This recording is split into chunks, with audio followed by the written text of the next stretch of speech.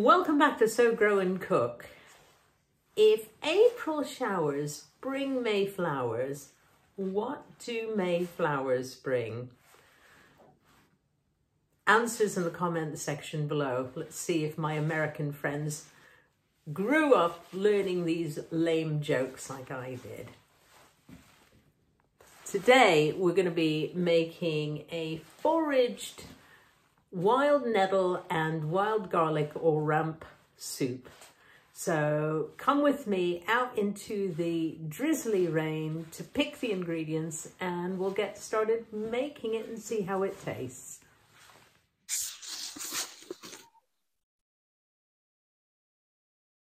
All right, heading out to the wet bit of the back of the vegetable garden.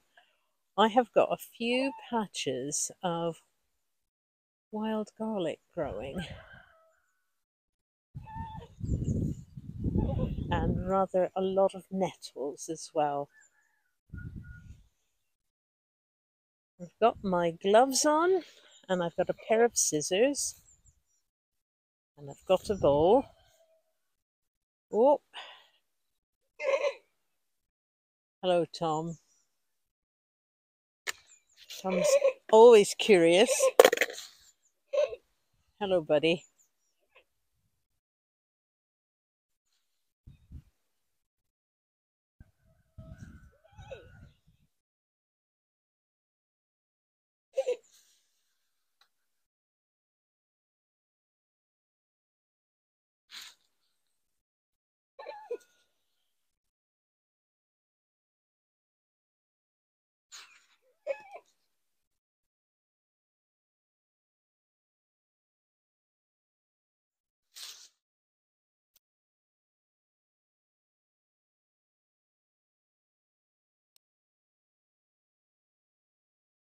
Okay,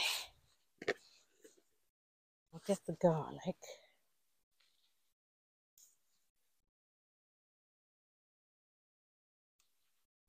Oh yes.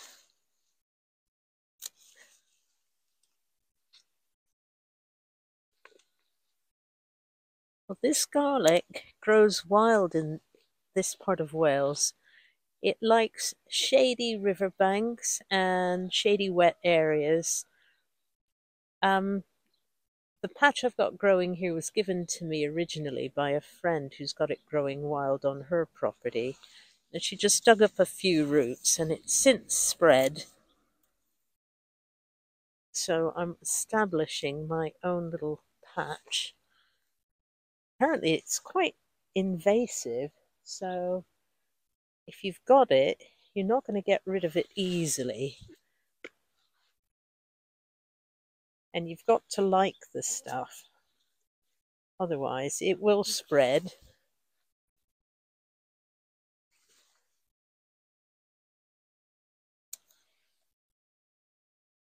Now, all parts of the plant are edible. The roots, the stems, the flowers, the leaves.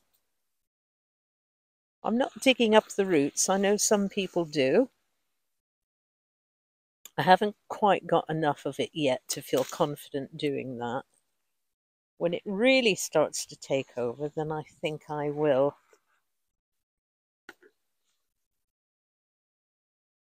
Get a bit more.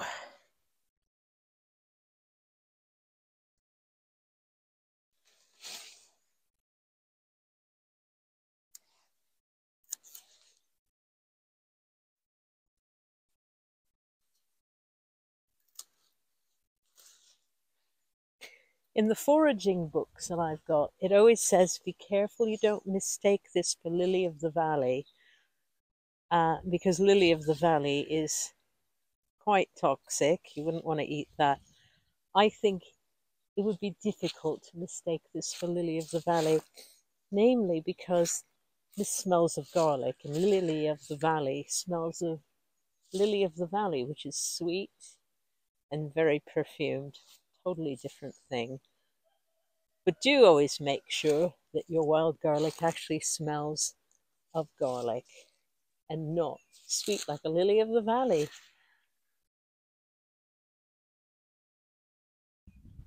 These I did not have to introduce, they just came on their own. And apparently it's an indication of very fertile soil, so that's a good thing. You want to cut them early in the season, because otherwise they're full of oxalic acid, I think, which is the same thing you get in rhubarb leaves. Obviously, you get it to a lesser extent in these, but it's not very good for you. But when they're young like this, they're very nutritious.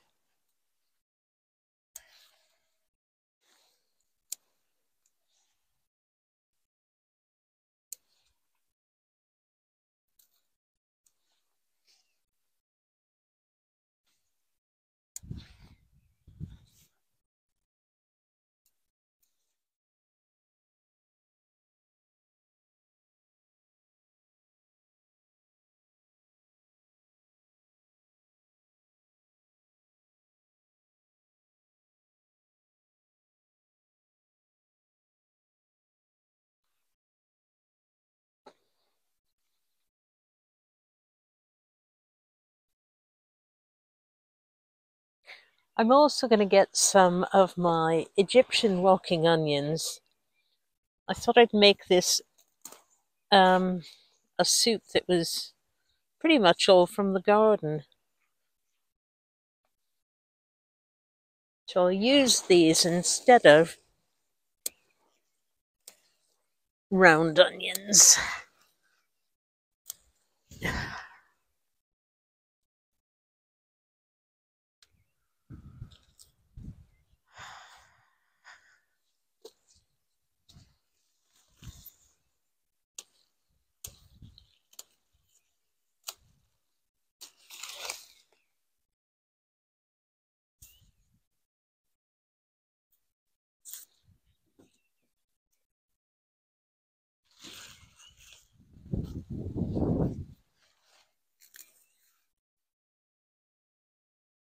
Okay, I think we've got what we need.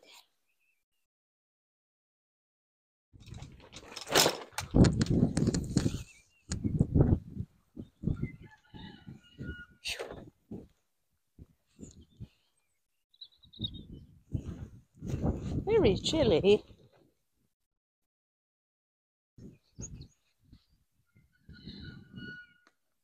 Okay, we're back in from the garden, and I'm going to wash the Egyptian walking onions, which I'm going to use in place of regular onions.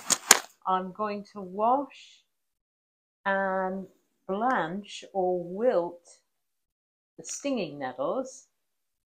Still have my gloves on. So what I'm going to do is I'm going to rinse these off under the tap and in a big bowl of water. And when they're clean, I'm going to pour boiling water on them, which will kill the stingers, and then I'll be able to handle them and chop them without my gloves on. So I'll come back when I've done all of that.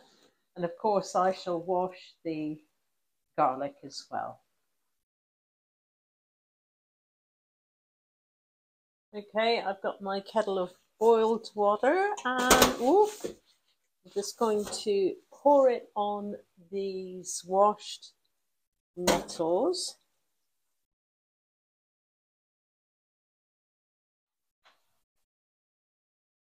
Right, so I finally poured enough hot water onto the nettles. I'm going to squeeze them dry and we'll chop them up. Okay, we're ready to chop up veg, so I'll show you the ingredients I've got for this soup.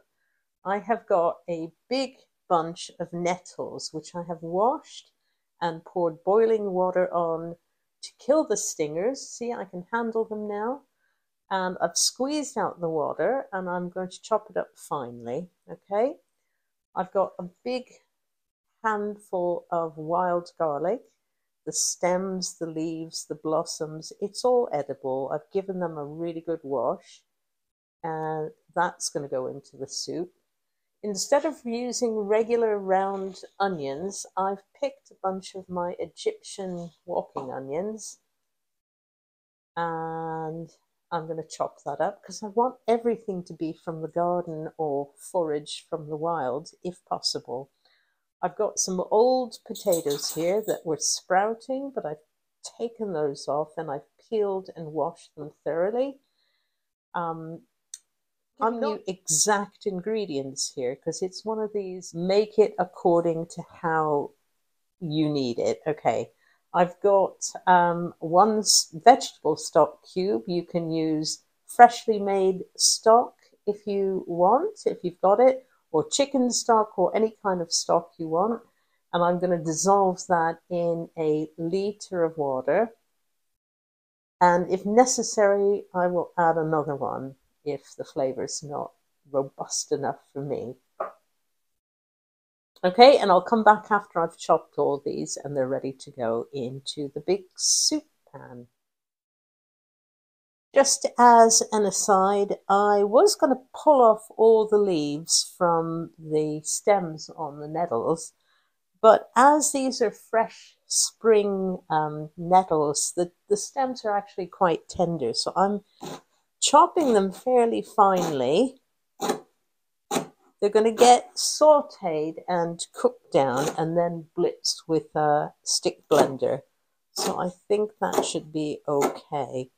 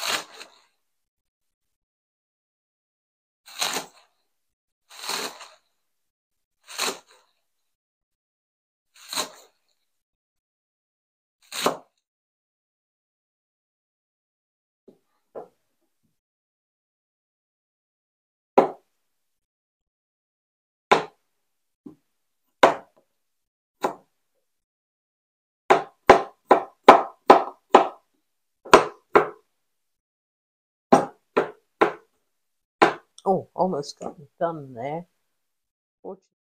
Okay, everything's chopped up and I'm now going to get my big soup pan and I'm going to pour a couple of tablespoons of vegetable oil in there and heat that up. You can use butter if you prefer or whatever fat you have at hand.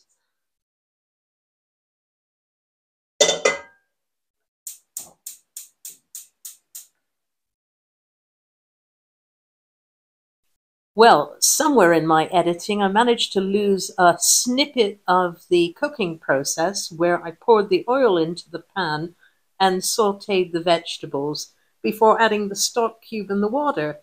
Anyway, I cooked it for about 20 minutes on a slow simmer, and it's tender now, and I'm just blitzing it with my hand blender, and I'll be adjusting the condiments, the seasoning, see if it needs any more salt or pepper or a bit more of the stock cube.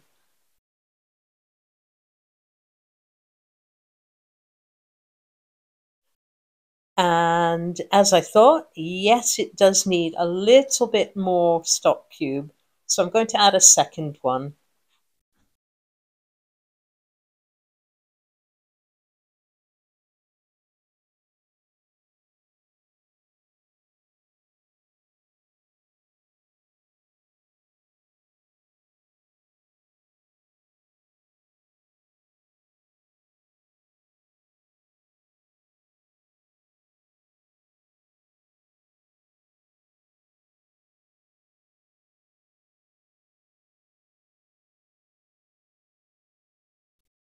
Time to add some chopped parsley to stir in, not for the color, but for the flavor.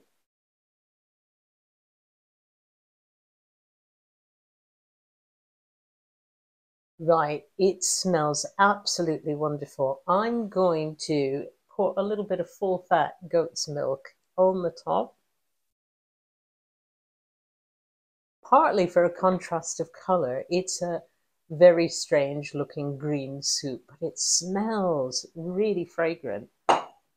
And I've got some nice bread and butter here.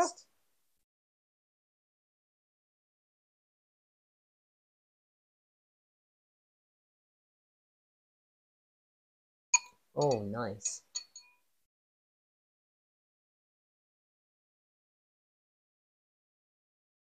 It reminds me a little bit of leek and potato soup because we've got a lot of alliums in here. We've got lots of Egyptian walking onion and wild garlic. The nettles have got a very subtle flavor. They're a little bit like spinach, so not a strong flavor. And then you get the body of it from the potato.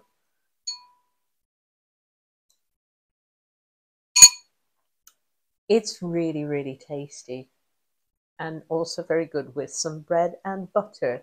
So do give it a try. If you've got wild garlic in your vicinity, just make sure you're picking from where you're allowed to and take as much as you need, but don't take too much, and wash it well. Same goes with nettles. Wear gloves when you're harvesting them. And give it a try. And once again, thank you for watching Sow Grow and Cook. Hope to see you next time.